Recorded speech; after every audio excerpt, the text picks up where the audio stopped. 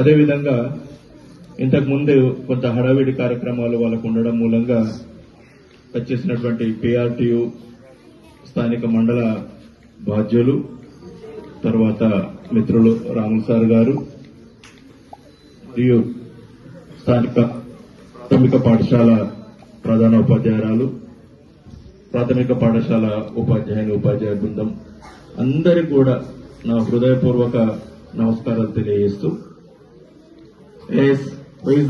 Right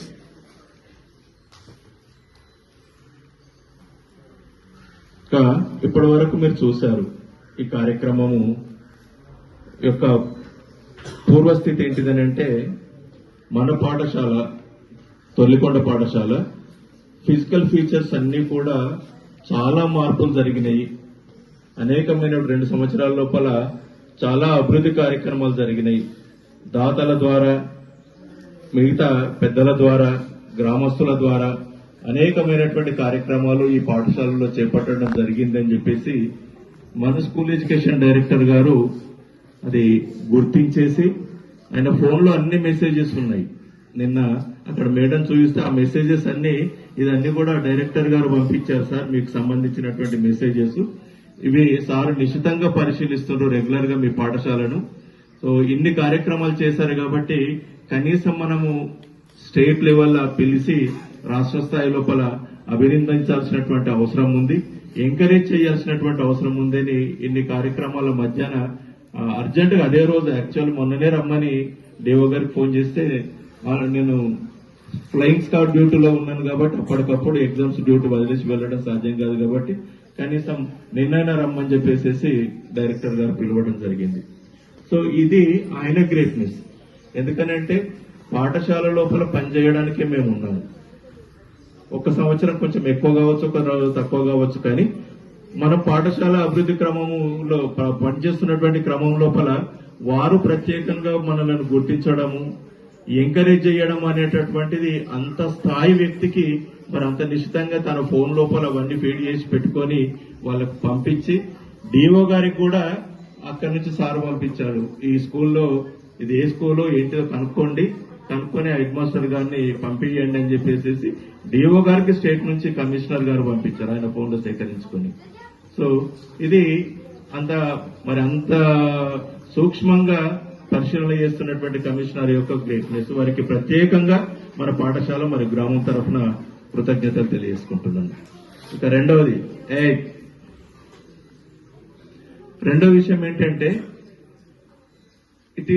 ఈ రోజు జరిగినటువంటి ప్రోగ్రాం కానివ్వండి, కమిషనర్ గారు గుర్తించినటువంటి విషయాలు కానివ్వండి, ఇది వ్యక్తిగతంగా నాకు సంబంధించింది కాదు.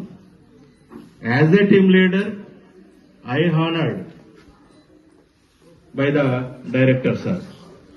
వ్యక్తిగతంగా నేనేదన్నా పర్సనల్ చేసినటువంటి వర్క్ కాదు, అందరం కలిసి పాఠశాలలో ఉన్నటువంటి ఉపాధ్యాయులు, తర్వాత గ్రామస్తులు, అటెండర్ నుంచి మొదలుకొని ఉన్నటువంటి అందరూ కూడా గతంలో పనిచేసినటువంటి వ్యక్తులు, వీడీసీ కానివ్వండి, ఇప్పుడు పనిచేసినటువంటి వీడీసీ కానివ్వండి, సర్పంచ్ గారు కానివ్వండి, ఎవరికి తోచినట్టు వాళ్ళు పాఠశాల అభివృద్ధి లోపల వారి వంతు పాత్రలు పోషించారు.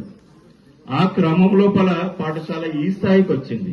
అంతేగాని వ్యక్తిగతంగా ఒక వ్యక్తి చేసినటువంటి అభివృద్ధి కాదు ఇది. ఒక వ్యక్తి అభివృద్ధి చేస్తే కూడా కాదు, ఒకరే తలుచుకొని చేస్తే నిలబడి చేస్తే కూడా ఆ అభివృద్ధి అనేటటువంటి సాధ్యం కాదు. ఇది కంబైన్డ్ లోపల ఒక టీమ్ స్పిరిట్స్ తోటి చేయాల్సినటువంటి పని. కాబట్టి ఇంత సక్సెస్ వచ్చిందనంటే నా వెనుకాల ఉన్నటువంటి కమిటెడ్ టీమ్ మెంబర్స్. సో చెయ్యాలి అంటే ఇది ఒకసారి డిసిషన్ తీసుకొని ఈ వర్క్ చేద్దాము అని అంటే ఆ విధంగా నిలబడేసేసి ముందుకెళ్లడం జరిగింది. చాలా సందర్భాల లోపల గతం నుంచి కూడా ఒక ప్రాక్టీస్ ఉంది, ఒక పని చేద్దాం అనుకున్న తర్వాత ఇది మంచి పని కదా, దాతలను వెతుక్కోవడం కాదు, పని చేసిన తర్వాత ఎవరో ఒకరు దాతలు వస్తారులే ఇస్తారులే అని చెప్పేసి ముందుకెళ్ళండి. యాక్చువల్లీ మనం కలర్ ప్రోగ్రామ్ మొదలు పెట్టుకున్నప్పుడు 2 లక్షల వర్త్ ఉంది, 2 లక్షల రూపాయలు కావాలి కలర్ కంప్లీట్ చేయించడానికి. మనకు వచ్చింది ఎంత? 1 లక్ష రూపాయలు.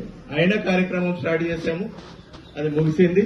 ఎవరో ఒకరు, ఎందుకంటే మనం చేసింది ఒక మంచి కార్యక్రమం కాబట్టి దైవ సంకల్పం ఉంటే మంచి కార్యక్రమాల వైపు ఎవరో ఒకరు వచ్చేసి మనకు చేయుతనిస్తారనేటటువంటి ఒక మొండి ధైర్యంతో ముందుకెళ్లేసేసి మన కార్యక్రమాన్ని పూర్తి చేసుకున్నాం.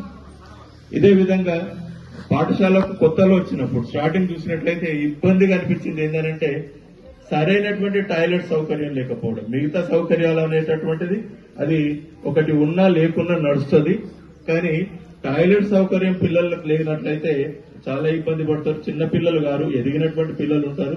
రోడ్లెంబట్ల పొదలెంబట వెళ్లాలని అంటే అక్వర్డ్గా ఉంటుంది, అసౌకర్యంగా ఉంటుంది అనేటటువంటి ఉద్దేశంతో వచ్చే నుంచి ఫస్ట్ వర్కౌట్ చేసింది టాయిలెట్స్ పైన. సో ప్రభుత్వం నుంచి కూడా గతం లోపల శాంక్షన్ చేసుకోవడం జరిగింది. నేనే ఎంఈఓగా ఉన్నప్పుడు ఇక్కడ శాంక్షన్ ఇచ్చాను. ఈ పాఠశాలతో పాటు ఒక 3-4 పాఠశాలలకు శాంక్షన్ ఇచ్చాము. మనోరాబాద్ కానివ్వండి, నారాయణపేట, తర్వాత తొల్లికొండ 3 పాఠశాలలకు శాంక్షన్ ఇచ్చినప్పటికీ ఆ 2 పాఠశాలల వాళ్ళు కట్టుకున్నారు ఆ గ్రామస్తులు. మరి ఇక్కడ ఎందుకో మరి అవన్నీ తవ్విండ్రు, మధ్యలోనే వదిలేసి సహకరిస్తుండ్రు, నిలబడుతుండ్రు, ఎంకరేజ్ చేస్తుండ్రు. కంప్యూటర్ ల్యాబ్ తెచ్చుకున్నాం, సైన్స్ ల్యాబ్ తెచ్చుకున్నాం, యూనిఫామ్స్ తెచ్చుకున్నాం, టాయిలెట్స్ అయిపోయింది.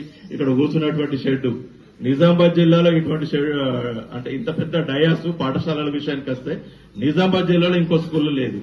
ఇటువంటి టాయిలెట్స్ నిజామాబాద్ జిల్లాలో ఇంకో స్కూల్ లేదు. సో ఆ స్థాయిలో మనం కట్టుకున్నాం. 12 లక్షలు అయింది. యాక్చువల్ 10 లక్షలు ఎస్టిమేషన్ వేసుకున్నాం. 12 లక్షల చేత అది నిర్మించుకున్నాం. ఏదో 3 లక్షలు 4 లక్షలు అవుతుంది అనుకుంటే 6.5 లక్షలు అయింది. కొన్ని రోజుల వరకు ఇది కొన్ని తరాల వరకు ఉండిపోయేటటువంటి ఇది. అదేవిధంగా ఒక కంప్యూటర్ ల్యాబ్ పెట్టుకున్నాం. కంప్యూటర్స్ లేకుండే మనకు ప్రభుత్వం ద్వారా కొన్ని, దాతల ద్వారా కొన్ని. అదేవిధంగా సైన్స్ ల్యాబ్ కూడా పూర్తి స్థాయిలో ఒక 2 లక్షల వర్త్ ఉన్నటువంటి దయానంద్ రెడ్డి గారి ద్వారా కొత్త ఫర్నిచర్ మీరు కూర్చోవడానికి కొన్ని డ్యూయల్ డెస్క్ బెంచ్లు ఒక లోడ్ తెప్పించుకున్నాం. ఇట్లా చెప్పుకుంటూ పోతే చాలా చేసుకున్నాం. ఇంకా చేయాల్సినటువంటి కొన్ని కార్యక్రమాలు మాత్రమే మిగిలి ఉన్నాయి నా దృష్టి లోపల. ఇప్పుడు ఇమ్మీడియట్లీ మిమ్మల్ని అడిగితే మీకు ఏం తక్కువ ఉంది, ఏం కావాలంటే ఏం చెప్తారు? ఇంకా ఏం కావాలి మీకు అంటే ఆలోచించడానికి కూడా అవును ఏం కావాలంటే ఏం లేదు. దాదాపు వద్దంటే కూడా అన్ని మీ దగ్గరకు వచ్చినాయి. ఆ భగవంతుడు మరి ఎందుకంటే పక్కనే వెంకటేశ్వర స్వామి స్థిరమై ఉన్నాడు కాబట్టి ఆయన పిల్లలకు కావాల్సినటువంటి సౌకర్యాలన్నిటి కూడా ఆశీర్వాదాలతోటి వచ్చేస్తున్నాయి ఆ విధంగా. సో మీకు అన్ని కూడా దాదాపు సమకూరినాయని అనుకుంటున్నాం. ఇంకా చిన్న ఏదైనా ఫెసిలిటీస్ ఉంటే అవి కూడా తొందరలో అయిపోతాయి. విద్యార్థులారా, ఇన్ని మాటలు మీకు ఎందుకు చెప్తున్నానంటే, so pay back to the society is the important. ఈ రోజు మీరు చదువుకుంటున్నంటే మిమ్మల్ని ఎవరు చదివిస్తున్నారు? ఇమ్మీడియట్లీ మనకు వచ్చేటటువంటి ఆలోచన ఏంటిది? మా అమ్మ నాన్న చదివిస్తున్నారు కదా. Is it right or wrong? Right. But it is not fully right, partially right. It is కొంతవరకే కరెక్ట్. ఎందుకని అంటే మీరు చదువుకోవాలంటే అమ్మ నాన్న యొక్క ప్రోత్సాహం వరకే వాళ్ళది. పెట్టుబడి అంతా ఎవరిది? ఎవరు? మీ చదువు కొరకు ఖర్చు పెడుతుంది ఎవరు? గవర్నమెంట్ అంటే ఎవరు? ప్రభుత్వం. ఎవరు ప్రభుత్వం అంటే ఎవరు? మనందరం కదా. ప్రతి దాని మీద ప్రభుత్వం పన్నులు ఇస్తుంది. ఆ పన్నుల ద్వారా వచ్చేటటువంటి డబ్బుల చేత మీ ఎడ్యుకేషన్ కానివ్వండి, హెల్త్ కానివ్వండి, రోడ్స్ కానివ్వండి, బిల్డింగ్స్ కానివ్వండి, అనేక కార్యక్రమాలు చేపడుతుంది. సో ప్రభుత్వము ద్వారా మీరందరూ చదువుకుంటున్నారు అంటే సమాజం ద్వారా చదువుకుంటున్నారు. మీకు పెట్టుబడి అంతా కూడా ఎవరు పెడుతున్నారు? సమాజం పెడుతుంది. వాళ్ళు చేసినటువంటి కష్టం నుంచి కొంత షేర్ మీకు పన్నుల రూపంలో కట్టడం ద్వారా ఆ డబ్బులతో మీరు ఈరోజు చదువుకోగలుగుతున్నారు హ్యాపీగా. మరి వాళ్ళ చేత చదువుకున్నప్పుడు ఆ సమాజం నుంచి మనం కొంత పొందినప్పుడు మనం ఒక ఉన్నత స్థాయికి వచ్చిన తర్వాత ఏం చేయాల్సినటువంటి అవసరం ఉంది? ఎవరికి బ్యాక్ ఉన్నారు మీరు? ఇప్పుడు సమాజం మీకు డబ్బులు పెట్టింది కదా, తిరిగి సమాజానికి ఇవ్వాలి కదా. ఒక స్థాయికి వచ్చిన తర్వాత తప్పనిసరిగా మన సమాజం గురించి ఆలోచించాలి. ఈ సమాజమే నన్ను చదివించింది కాబట్టి, నేను ఇన్న ఉన్నత స్థాయిలో ఉన్నా కాబట్టి ఈ సమాజానికి నేనేం చేయగలుగుతాను. ఇప్పుడు ఎక్కడో ఉండేటటువంటి అమెరికాలో ఉండేటటువంటి రేవంత్ రెడ్డి గారు మనకు కలర్స్ కొరకు ₹1,00,000 పంపించిండు. ఆయనకి ఏం అవసరము? నేను తొల్లికొండల మా అమ్మ పుట్టింది, మా అమ్మ ద్వారానే నేను ఈ స్థాయికి వచ్చిన అనేటటువంటి ఒక కృతజ్ఞతతోటి తొల్లికొండ గ్రామానికి నేను ఎంతో కొంత చెయ్యాలనే ఉద్దేశంతో ₹1,00,000 పంపేయడం జరిగింది. మనకు కూడా భగవంతుడు ఆ స్థాయి ఇస్తాడు. ఇచ్చినప్పుడు మనం ఏం చేయాలి? ఈ సమాజం కొరకు, అది పాఠశాల కానివ్వండి, బడి కానివ్వండి, గుడి కానివ్వండి, ఇంకేదైనా కానివ్వండి, ఏదో ఒక రూపంలో సమాజం యొక్క రుణం కూడా తీర్చుకోవాల్సినటువంటి అవసరం ఉంది. అందరం ఏమనుకుంటామనంటే తల్లిదండ్రుల రుణం తీర్చుకోవాలి, గురువుల రుణం తీర్చుకోవాలి. ఎస్, ఇట్ ఈస్ కరెక్ట్, చెయ్యాలి. వాళ్ళకి చెయ్యాలి.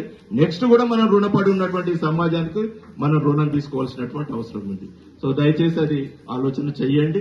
ఖచ్చితంగా మీరు ఒక స్థాయికి వెళ్ళిన తర్వాత మన వంతు కూడా ఎట్లనే చేసుకుంటూ పోతే అభివృద్ధి అవుతుంది. ప్రతిదానికి ప్రభుత్వమే రావాలా, ప్రభుత్వమే నిలబడి అన్ని చేయాలంటే కాదు.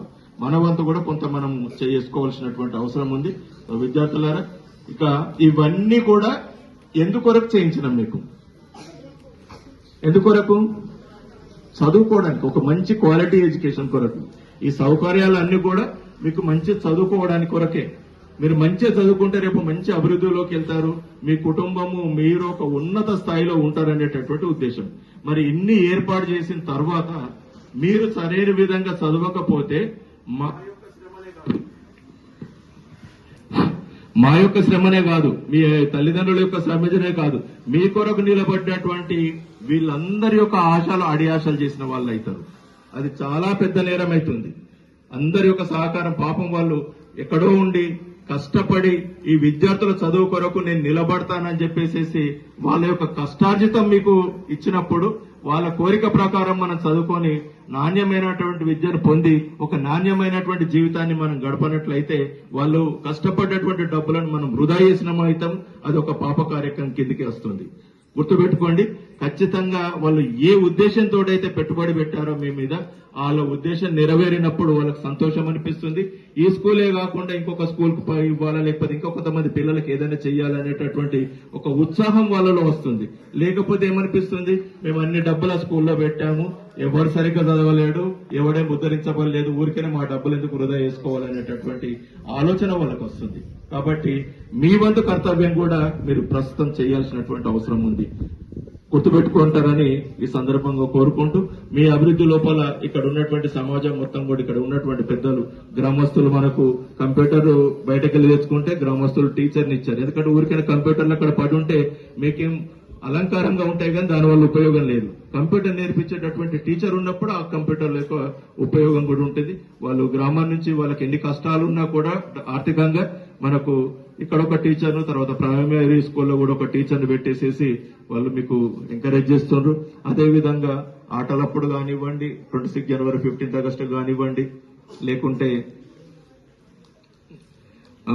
మిగతా అన్ని విషయాలలో మొన్న రీసెంట్లీ మనము బ్రేక్ఫాస్ట్ ప్రోగ్రామ్ పెట్టినప్పుడు వాళ్ళకి వంటల్లో కూడా డబ్బులు వాళ్ళు ఇవ్వడం, ఇవన్నీ కూడా మీ ఎంకరేజ్మెంట్ కొరకు వీడీసీ నిలబడాల్సినటువంటి అవసరం కూడా ఉంది. ఎందుకని అంటే రేపు విలేజ్ బాగుంది అని అంటే ఎక్కడి నుండి ప్రారంభం కావాలి? బాగుపడాలంటే ఊరు, విద్యార్థులు బాగుపడాలి. మీరే రేపు ఎదిగి మీరందరూ కూడా ఒక మంచి స్థాయిలో ఉన్నారనుకోండి, ఎక్కడ పోయినా కూడా ఈమె కలెక్టర్ అయింది, ఎవరు ఏ ఊరు అంటే తొల్లికొండ అని చెప్తారు. ఈయన తహసీల్దార్ అయిండు, ఏ ఊరు ఇల్లదంటే తొల్లికొండ అని చెప్తారు. ఈయన డాక్టర్, మంచి ఫేమస్ డాక్టర్, ఏ ఊరు అంటే తొల్లికొండ అని చెప్తారు. ఎక్కడ పడ్డా తొల్లికొండ అనేది వినబడుతుంది. ఒక స్థాయికి మీరు వచ్చిన తర్వాత అది ఎక్కడి నుంచో స్టార్ట్ కాదు, పాఠశాల నుంచే స్టార్ట్ అవుతుంది.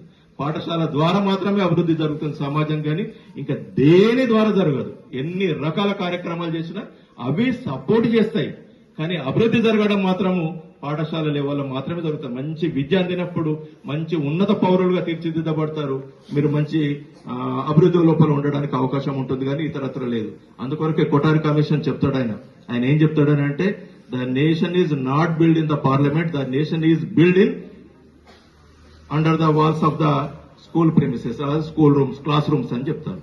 అంటే భారతదేశ నిర్మాణము పార్లమెంట్ లో జరగదు, ఎక్కడ జరుగుతుంది? మరియు ఉపాధ్యాయులకు, చిన్నారులందరికీ నా యొక్క నమస్సుమాంజలి. ఈ పాఠశాల రూపురేఖలు మార్చినందుకు శ్రీనివాస్ సార్ గారికి ధన్యవాదాలు తెలుపుకుంటున్నాను.